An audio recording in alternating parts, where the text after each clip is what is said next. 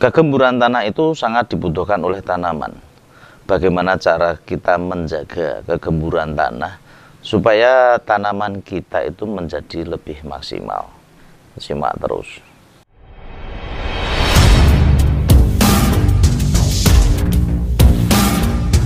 Assalamualaikum warahmatullahi wabarakatuh. Kesuburan tanah, pH yang netral, pH yang bagus, itu selalu menjadi idaman para petani. Tanah yang subur, tanah yang gembur tentunya akan bisa menghasilkan hasil yang maksimal. Menjaga tanah, menjaga kesuburan, memelihara kesuburan tanah, itu menjadi hal yang penting untuk para petani. Kalau tanahnya sudah gembur, tanahnya sudah subur, tentunya akan memberikan hasil kepada kita lebih akan maksimal. Nah, banyak sekali dari para pemirsa yang mungkin di sini rata-rata masih belum tahu ya untuk menjaga kesuburan tanah itu bagaimana, menjaga kegemburan tanah itu bagaimana. Nah, pada dasarnya mereka akan memberikan pupuk yang banyak. Nah, pupuk yang banyak itu diharapkan untuk menjaga kegemburan ya. Salah satu contoh kemarin bagian kita yang kita unggah sebelumnya, kita selalu memperbanyak yang namanya sekam mentah ya. Sekam mentah itu supaya apa? Ya kita waktu pengolahan dan sebagainya itu memang kegemburan tanahnya itu ada. Tapi itu ialah kegemburan tanah yang karena adanya perlakuan kita kepada tanah ya, termasuk kita cangkul, kita rotari atau kita disflow, sehingga memang harus kita kerjakan dengan bantuan campuran orang lain, campuran tangan. Nah, di sini setelah kita mungkin musim hujan dan sebagainya ya, secara otomatis nanti akan mulai memadat lagi. Nah, belajar dengan hal kayak gitu, kita cobalah membahas untuk saat ini itu perlakuan tanah, pH yang bagus. Itu tentunya kalau tanah sudah pH-nya yang bagus, pH netral 7, rata-rata tanahnya itu subur, tanahnya itu gembur. Dengan adanya tanah gembur, tanah subur, tanah itu sudah tidak ada penyakitnya sama sekali ya. Dan jamur dan sebagainya tentunya sudah tertekan. Penyakit pada tanaman porang, tanaman cabai, tanaman melon, pada dasarnya banyak sekali yang mengalami kendala itu pada jamur. Nah, ini akan menentukan hasil yang nanti kadang petani itu akan kecewa ya, karena jamur itu akan sangat susah dicegah ya. Pencegahannya jamur itu bagaimana? Ya menanggulangi sejak dini. Dari awal kita penanaman ataupun ya kita menjaga tanah. Kalau tanah sudah terjaga secara otomatis itu penyakit-penyakit yang ada di tanah itu nanti sudah tertekan dengan sendirinya. Makanya dengan adanya pH netral. Nah, ini banyak yang mereka itu akhirnya membuat suatu terobosan ya mengatasi jamur itu dengan A, B, C dan sebagainya, atau pada waktu penanaman dikasih jamur A, B, C dan sebagainya. Pada intinya setiap tanaman dengan tanah yang sudah netral, secara otomatis semua bakteri atau jamur yang sifatnya patogen itu sudah tertekan dengan sendirinya. Nah, kembali lagi masalah penggemburan tanah ini. Nah, penggemburan tanah ini mungkin akan kita jelaskan ya, sedikit kita kasih gambaran dulu. Nah, gambaran dulu, tentunya gambaran ini kita bikin lebih gampang ya, lebih gampang. Nah, kita belajar dari orang yang bikin roti. Bikin roti itu sama dengan kita mengolah tanah. Nah, pada waktu kita membuat adonan, nah ini untuk ibu-ibu pada dasarnya sangat paham, nah, cuman tidak diaplikasikan kepada tanah. Pada waktu kita bikin adonan untuk bikin kue dari tepung terigu, ya secara otomatis biasanya itu mereka akan memberikan yang namanya ragi. Nah, ragi itu sebenarnya ialah bakteri. Nah, biasanya dari ragi itu akan dicampur dengan gula dulu, diaduk dulu sampai ada bergelembung. Nah, kalau adanya bergelembung itu secara otomatis raginya itu masih hidup. Apabila diaplikasikan kepada tepung dan didiamkan dan itu memang ditutup rapat, beberapa menit yang akan datang itu akan mengembang. Nah, ini pada kasus pembikinan roti, karena saya kemarin hobi juga untuk bikin roti. Yang saya pelajari, apabila ragi itu sudah lama, itu mengembangnya pun akan sulit. Mengembangnya akan sulit. Bisa mengembang mungkin waktunya lebih lama. Tapi untuk ragi-ragi yang baru, yang masih bagus, bakterinya oke, nah, itu dalam waktu menit, hitungan itu perkembangannya sudah sangat luar biasa. Nah, ini coba ilmu yang saya dapat dari roti ini diaplikasikan ke tanah. Ya, ke tanah. Pada dasarnya tanah itu juga tidak akan bisa berkembang. Tanah itu tidak akan bisa gembur atau empuk di situ apabila di tanah tersebut tidak ada bakteri. Nah, bakteri-bakteri, kalau mungkin kita katakan lactobacillus, ini bakteri paling penting di dalam tanah. Nah, di situ ialah bakteri pengurai yang di situ bisa menggemburkan tanah, di situ bisa membuat tanah subur, di situ bisa mengolah unsur hara, ya, supaya jadi makanan bagi tanaman. Ya, kalau kemarin kita bahas ini ya, masalah bakteri itu dengan ini E4 lactobacillus bakteri. Ini sebenarnya pun juga masih banyak yang kita bisa bikin ya. Nah, biasa nih, nah, karena ini nanti kalau kita mengaplikasikan ini rata-rata ya, satu botol E4 ditambah dengan molase 1 liter, itu aturan ya, aturan.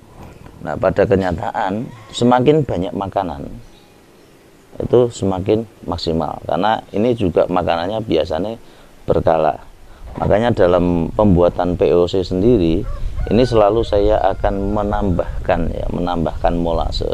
Pada dasarnya pembikinan anak awal itu ialah dengan 1:1. Untuk beberapa bulan nanti saya tambahin molase ini, dikasih makanan lagi supaya bakterinya makan. Ini cukup efektif karena ini juga gasnya tinggi. Nah, ini keras sekali. Biasanya saya buka kayak ini. Nah, ini anginnya saya keluarkan. Ini pun juga sama. Nah, pada dasarnya untuk mengembang biakan untuk lactobacillus ini mungkin ada gambaran di sini. Saya pakai botol air mineral ya. Nah, ini kemarin ini isi kapasitas 15 liter. Nah, ini coba kita kembangkan supaya dari 1 liter ini menjadi 15 liter. Nah, karena nanti kebutuhan di sini itu sangat banyak. Biasanya kalau kita menggunakan aplikasikan itu ya, ini 1:1 saya masukkan di sini, dicampur dengan air. Nah, 1 liter, ini 1 liter, kita masukkan di sini 15 liter, berarti sekitar 13 liter ya, 12 liter lah untuk 1 liter untuk ruang hampa ya. 12 liter air saya masukkan dan saya diamkan di sini, diamkan biasanya 1 hari. Nah, nanti kalau sudah ada gelombang-gelombang di atasnya ini, ada gelombang-gelombang, itu menandakan bahwa yang namanya bakteri ini sudah hidup, sudah bekerja. Nah, Anda biarkan 1 hari, Anda tambahkan lagi dengan komposisi air, per 1 liternya Anda tambahkan sekitar 5 liter lah.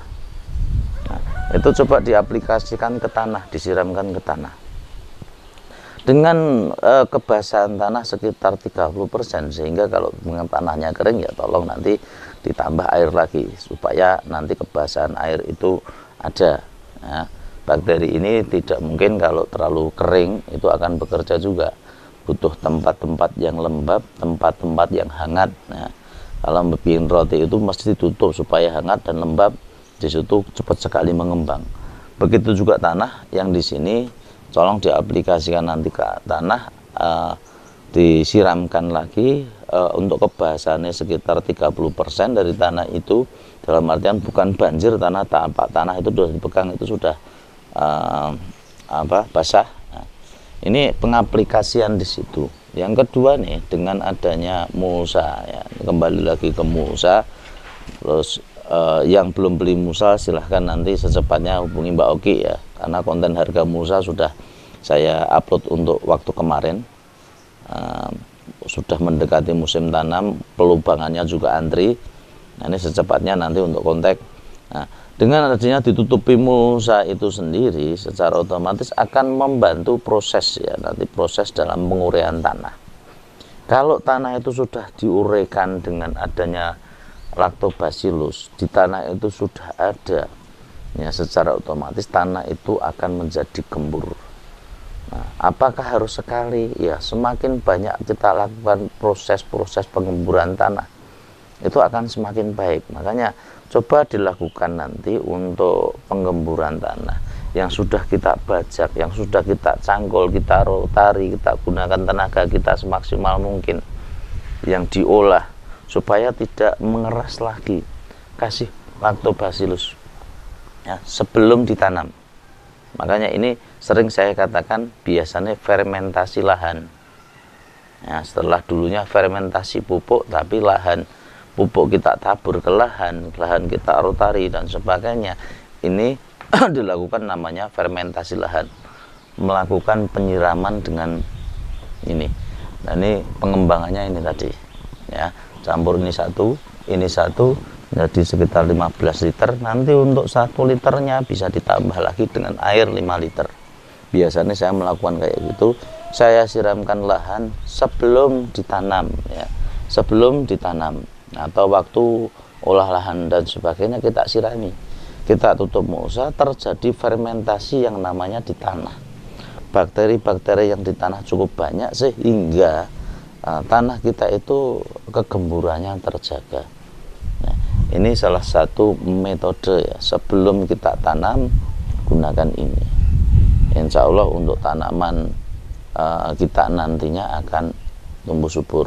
Nah, karena tuh tanaman porang pada khususnya, untuk mengetahui ini tanamannya subur atau enggak, biasanya saya melihat dari batang ya. Batang kalau daunnya sudah mau melengkung, tidak nyetar kayak ini biasanya memang unsur-unsur hara di tanah itu lumayan bagus. Nah, ada sebagian tanaman saya yang daunnya sudah melengkung, ada tanaman saya yang masih nyetar kayak gini, berarti untuk tanahnya mungkin belum jadi. Tapi karena kita sudah olah, kita sudah ini ya, itu membutuhkan proses ya, penaikan pH itu membutuhkan proses, tidak serta-merta begitu kita kasih dolomit banyak itu akan menaikkan pH secara langsung, karena pH itu prosesnya alami ya.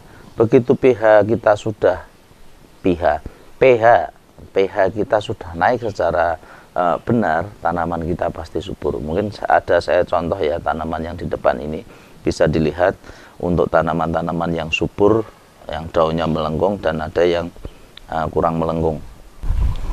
Nah, ini untuk tanaman porang yang daunnya melengkung. Dan ini dari batang ini cukup pendek ya, sekitar 25 cm lah. Ini sudah melengkung, daunnya melengkung. Terus ini pun juga melengkung. Ini menandakan bahwa pH tanah kemungkinan sudah naik dan tanah ini mempunyai unsur hara yang cukup banyak. Tapi ada juga tanaman yang tipikalnya kayak gini. Nah, ini mekar terus ke atas, ini daunnya juga terbakar karena mungkin kaliumnya kurang banyak ya, sehingga tanaman ini kurang kuat ya. Termasuk ini juga kaliumnya kurang banyak, cukup melengkung, tapi kemungkinan kaliumnya yang kurang banyak. Secara unsur N-nya mungkin cukup, cuman kaliumnya mungkin belum bisa maksimal kan. Ini biasanya kalau kekurangan kalium, secara otomatis pH-nya pun juga akan turun. Nah, unsur yang tadi, mikroorganisme atau kita katakan bakteri Lactobacillus itu berpengaruh sekali ya untuk pembuatan kalium ya, menguraikan unsur hara yang di tanah. Unsur kalium dan magnesiumnya itu sangat diperlukan untuk menaikkan pH. Makanya ini salah satu contoh. Ini pun juga sebenarnya belum maksimal ya, walaupun tanahnya berdekatan, tapi ini pH itu kadang belum seimbang. Nah, ini butuh waktu proses.